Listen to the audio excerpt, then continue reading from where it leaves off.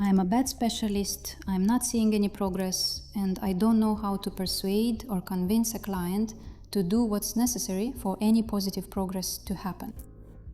And these are the thoughts practitioners often have, because they think that the result depends 100% on them.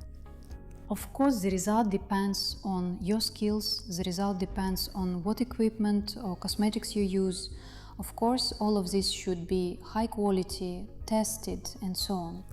But there are also some other initial factors that unfortunately may not depend on the specialist. Sometimes the client is satisfied with everything as it is. For example, like here with my model. I've already shown this feet, and here the nail plate on the big toe grows like this, meaning it becomes very thick and digs into the distal fold. And of course, I will advise her to go and get an X-ray to determine whether there is an exostosis or not. Because it's quite possible that as a result of trauma, there is some thickening at the tip of the big toe, some kind of growth, which we often call an exostosis. Well, it's hard to determine just by looking at it. After all, you need some tests, yes, additional confirmation. So I told her that she needs to find this out first and then go from there. If it turns out that exostosis is confirmed, then the only way to remove it is surgery, like a real operation. That means you'll need to go to a surgeon and have the part that has grown and is sticking out removed. And it's important to understand that my job or the job of another practitioner is to explain to the client that if we do it this way, this will happen. And if we don't do it this way, then things will stay the same as they were. And then it's up to the client, it's their decision and of course their responsibility. And very often there are situations like this. When we try, we explain, and for us it's all so important, so serious, and we even worry more than the client does. And the client is fine with everything, they don't want to do anything. And that doesn't mean the client is bad or the specialist is bad. And I want everyone to stop being tormented by guilt. Of course, we should do everything we can. I want every specialist to try to explain to their client any possible consequences or any fears about what is happening with their client. But sometimes people are just fine with things as they are. Here, for example, this client has a thickened nail plate that digs into the fold, as I mentioned earlier. And nothing will change, no matter how much we clean it up. But the funny thing is that she is satisfied with the visual appearance, the condition of her feet after the debridement. She won't go get an X-ray because she doesn't want to.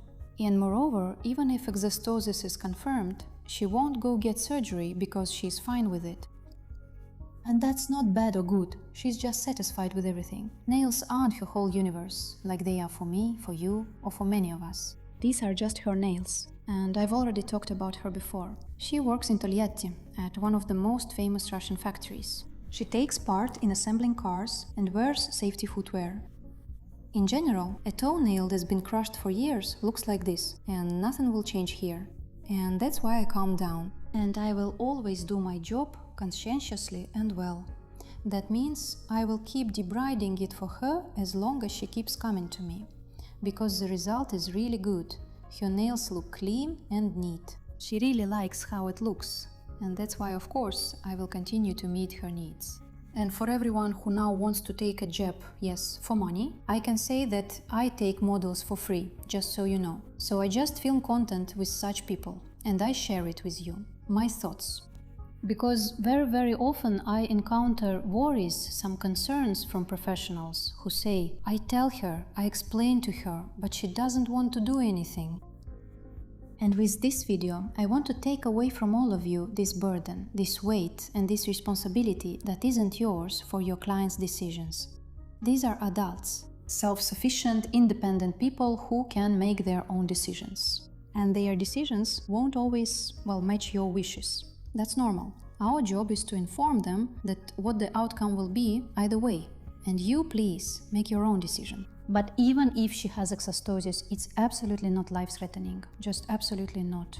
It's just that this nail will never reattach. It just needs to be cleaned regularly. That just means she'll be a regular at the podiatry clinic. But it's not the end of the world, and there's nothing so terrible about it. Yes, there is an aesthetic aspect. It's just that, it's not exactly pretty. But believe me, people have very, very different values. So I ask you to stop fainting and writing, "Oh my God, how did she walk like that? How did she end up like this?" She walked and she arrived. All of us are exactly where we were heading, and that's exactly where we end up. So everything is in its place, no more and no less. And to each of the pedicurists, manicurists or podologists, I sincerely wish for you to stop tormenting yourselves with guilt over decisions you can't make. You can't live someone else's life for them and tell them what's best for them, because it's their life, not yours. You can only make your own decisions and take responsibility for your own actions. So do everything that's up to you. Use good drill bits, great equipment, products you're comfortable using. Use effective techniques, and then let the client make their own choice. And it's not a bad client if they don't want to change anything. It's just a person who's satisfied with everything. There's no threat to life here. Everything is fine. Look, we've cleaned these toes. Everything's great. Let me remind you how she looked when she first came to me. So basically, there are almost no changes. The only thing that concerns me a little is this second toe, because the spot has increased in size. She said that she most likely rubbed it, and that's why it's a hematoma. Because she traveled a lot, walked around, she was on vacation. But still, I recommended that she see a dermatologist. Whether she goes there or not is no longer my responsibility. My responsibility is to give her the recommendation. And that's all I have for today. This was Lavrentia Lavrentieva with you. Thank you very much for watching. Bye bye and see you next time.